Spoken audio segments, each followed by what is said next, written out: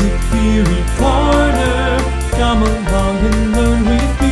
It's the Music Theory Corner. Learning slash chords. Here we go.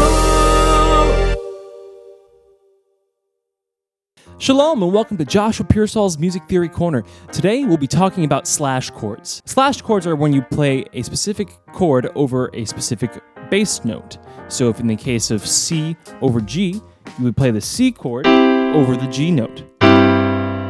The function of a slash chord depends on its context. So usually the slash chord is used for inversions. For the first inversion of C, for example, it's C over E, or C over G, or if you're using the 5/7 in the key of F, C over B flat. Another function of the slash chord could be used to show an extended chord. So you have a B flat 7 over C. So that B flat 7 over C, if you take the notes C, E, G, B flat, D, F, and A, that is a C13 chord. Same thing with, say, A flat over B.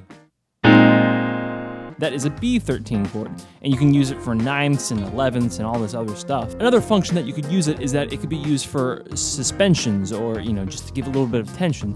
So if you're in the key of E, and you do F sharp over E,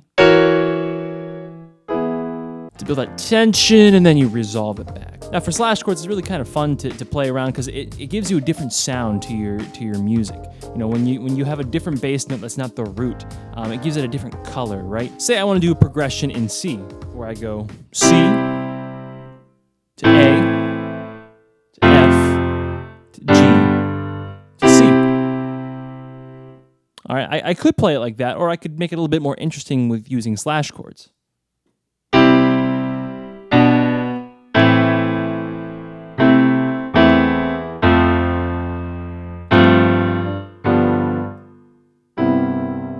Thank you all for watching Music Theory Corner. I hope you all have a wonderful day. And here's a cute little picture of a sloth.